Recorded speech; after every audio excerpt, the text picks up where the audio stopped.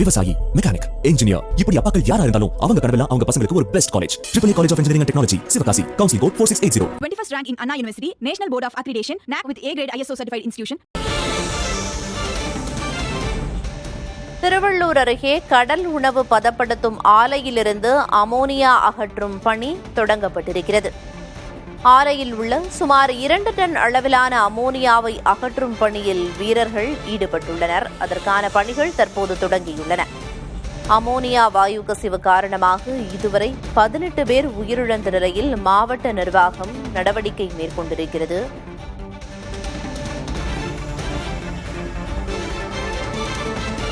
இது தொடர்பான தகவல்களை வழங்குவதற்காக களத்திலிருந்து செய்தியாளர் சுரேஷ் இணைப்பில் இருக்கிறார். சுரேஷ், அமோனியா வாயுவை அகற்றும் பணிகள் தொடங்கப்பட்டிருக்கு. சுமார் 2 டன் அளவிலான அமோனியாவை அகற்றும் பணியில் ஈடுபட்டிருக்காங்க.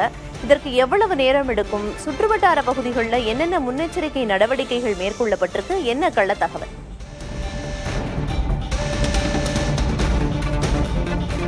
பிரியதர்ஷினி, தற்போது நம்ம இருக்கக்கூடிய இந்த தொழிற்சாலையிலிருந்து தான் கடந்த 21ஆம் தேதி மிகப்பெரிய அளவில் அமோனியா வாயு கசிவு ஏற்பட்டு சுமார் 18 தொழிலாளர்கள் தற்போது உயிரிழந்திருக்கிறார்கள். அவர்கள் சிகிச்சை பலனின்றி மருத்துவமனையில் சிகிச்சையில் இருந்து அவர்களும் உயிரிழந்திருக்கிறார்கள். குறிப்பாக பார்த்தமட்டால் 70க்கும் மேற்பட்ட தொழிலாளர்கள் இந்த அமோனியா வாயு கசிவு காரணமாக பாதிக்கப்பட்டிருந்தனர். நாம் பார்க்கக்கூடிய இந்த தொழிற்சாலையில் தான் கடந்த 21ஆம் தேதி காலை திடீரென இங்கிருந்த கூலிங் சிஸ்டம் எனக்கூடிய குளிர்ச்சிப்படுத்தக்கூடிய பணிக்கு பயன்படுத்தக்கூடிய அந்த அமோனியா வாயு என்பது கசிந்திருந்தது. இதன் காரணமாக அங்கே தொழிற்சாலையில் வேலை பார்த்து வந்த தொழிலாளர்கள் மட்டுமல்லாமல் அந்த தொழிற்சாலையில் ஓய்வில் இருந்த தொழிலாளர்களும் பாதிக்கப்பட்டனர்.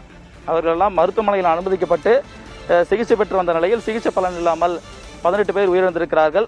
இந்த சூழலில் தான் அந்த தொழிற்சாலையில் இருந்த சுமார் 2 டன் அளவிலான அமோனியா வாயுவை பாதுகாப்பாக அகற்றும் பணியில் தற்போது மாவட்ட நிர்வாகம் உள்ளிட்ட 5க்கும் மேற்பட்ட துறைகள் தொடர்ந்து அங்கு பணியாற்றி வருகின்றார்கள். இன்று காலை 8 மணி அளவில் இதற்கான பணிகள் என்பது தொடங்கப்பட்டிருப்பதாக தெரிவிக்கிறார்கள். இந்த சூழலில் தான் இன்று மாலை வரை இந்த பணிகள் நடைபெறும் என தெரிவிக்கிறார்கள். குறிப்பான பார்த்தோம் என்றால் அமோனியா என்பது சுமார் 2 டன் அளவில் இருக்கக்கூடிய வேளையில் 5 லாரிகள் கொண்டு வரப்பட்டிருப்பதாக தெரிவிக்கிறார்கள். இதில் ஒவ்வொரு லாரியிலும் சுமார் 1000 கிலோ லிட்டர் அளவிலான அமோனியா என்பது அகற்றப்பட வாய்ப்பு இருப்பதாக கூறுகிறார்கள். இப்படி தொடர்ந்து அடுத்தடுத்து இந்த வாயுவை வெளியேற்றி இங்கிருந்து பாதுகாப்பாக கொண்டு செல்லும் பணி என்பது நடவடிக்கை மேற்கொள்ளப்பட்டிருக்கிறது.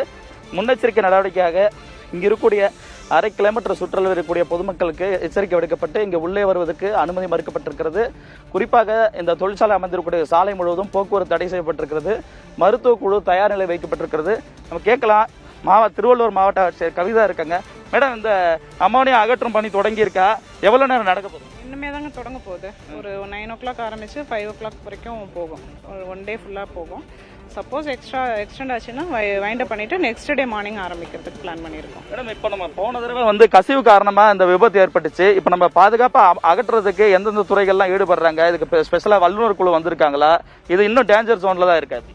இல்லை, இப்போது லீக் ஆனால் தான் டேஞ்சர் ஜோனு. அது ஃபுல்லாக கண்ட்ரோல்டாக சீல்டாக தான் இருக்குது. நேற்றே அந்த டெஸ்டிங்லாம் பண்ணிட்டாங்க. பைப்லைன் ஃபிட்டிங்ஸ் கனெக்ஷன்ஸ்லாம் கொடுத்து லீக் இருக்கா இல்லையாங்கிறதெல்லாம் செக் பண்ணிவிட்டு அரெஸ்ட் பண்ணியிருக்கிறாங்க. அதனால் இப்போதைக்கு அது சேஃபாக தான் இருக்குது. ப்ளஸ் டெக்னிக்கலாக எக்ஸ்பர்டைஸ் எல்லாமே வந்திருக்காங்க. Team, fire and police, health எல்லாமே தயார் நிலையில் இருக்காங்க. இனி எமர்ஜென்சி வந்தாலும் ஹேண்டில் பண்ணுற மாதிரி. பட் ரெஸ்ட்ரிக்டட் ஆப்ரேஷன் இருக்கணும் இந்த ஜோனில். எதுக்கும் ரிஸ்க் எடுக்கக்கூடாது அப்படிங்கிறதுனால 300 மீட்டருக்கு நம்ம ரெஸ்ட்ரிக்டடாக வச்சுருக்கோம். சேஃபாக ரிமூவ் பண்ணிடுவோம். பக்கத்தில் இருக்கக்கூடிய பொதுமக்களுக்கு கிராமங்கள்லாம் இருக்கு பார்க்க முடியுது. பொதுமக்களுக்கு என்ன அறிவுரை கொடுத்துருக்கோமா? அவங்களுக்கு அதை அலர்ட் பண்ணியிருக்கோம். அந்த 300 மீட்டரில் ரெசிடென்ஸ் எதுவும் இல்லை. இருந்தாலும் வெளியில் இருக்க மக்களுக்கும் அறிவுரை வழங்கியிருக்கோம். தேவையில்லாமல் வேடிக்கை பார்க்குறதுக்கோ கூட்டம் சேர்ந்தோ இந்த பக்கம் வர வேண்டாம் அப்படின்ட்டு. எமர்ஜென்சினா அமோனியா லீக் ஆகிற டைரக்ஷனுக்கு ஆப்போசிட் டைரக்ஷனில் மூவ் பண்ணணும். ஈர துணியால் முகத்தை மூடிக்கணும். நியர்பை இருக்கிற ஹெல்த் அசிஸ்டன்ஸ்க்கு எடுத்துக்கணும்னு சொல்லியிருக்கோம். பயப்பட தேவையில்லை. ஆர்வம் மிகுதியாகவும் பார்க்கவும் வேண்டாம் அப்படிங்கிற மாதிரி இன்ஸ்ட்ரக்ஷன்ஸ் கொடுத்துருக்கோம். இப்போ எத்தனை லாரி கொண்டு வந்திருக்கோம்? இந்த அமோனியா கொண்டு போய் நம்ம எங்கே வைக்க போகிறோம்? இதுக்கான ஏற்பாடுகள் இருக்கா? ஃபயர் 2 கொண்டு வந்திருக்கோம். ஆம்புலன்ஸ் 2+2 4 வச்சுருக்கோம். அமோனியா ரிமூவ் பண்ண புல்லட் வண்டி 1 வச்சுருக்கோம். அது இப்போ சப்ளையர் சைடு ஃபஸ்ட்டு மூவ் பண்ணிவிட்டு ஃபர்தர் டிஸ்போசல்ஸ் டிசைட் பண்ணுவோம். Thank you madam. அமோனியா அகற்றுவதற்கு தேவையான பணிகளை மாவட்ட நிர்வாகம் முடுக்கிவிட்டிருக்கிறது. மாவட்ட ஆட்சியர் தகவல் தெரிவித்தது போலவே இன்றைய தினம் மாலை வரை இந்த பணிகள் தொடர்ந்து மேற்கொள்ளப்படும் என தெரிவித்திருக்கிறார்கள். தேவைப்பட்டால் நாளையும் கூட இந்த பணிகளை மேற்கொண்டு முழுமையாக இங்கிருந்து அமோனியாவை அகற்றி பாதுகாப்பாக கொண்டு செல்வதற்கான நடவடிக்கைகள் எடுக்கப்பட்டிருக்கிறது. அதே வேளையில் நாம் பார்த்தாலே தெரியும், மக்கள் நடமாட்டம் இல்லாமல் இந்த சாலைகள் முழுவதும் வெளிச்சோடி காணப்படுகிறது. ஏனென்றால் 300 மீட்டர் சுற்றளவில் யாரும் பொதுமக்கள் இந்த பகுதிக்கு வரக்கூடாது. ஆகவே இங்கே தடுப்புகள்லாம் அமைக்கப்பட்டு முழுமையாக பொதுமக்கள் இந்த பகுதிக்கு வராத வகையில் ஏற்பாடு செய்யப்பட்டிருக்கிறது.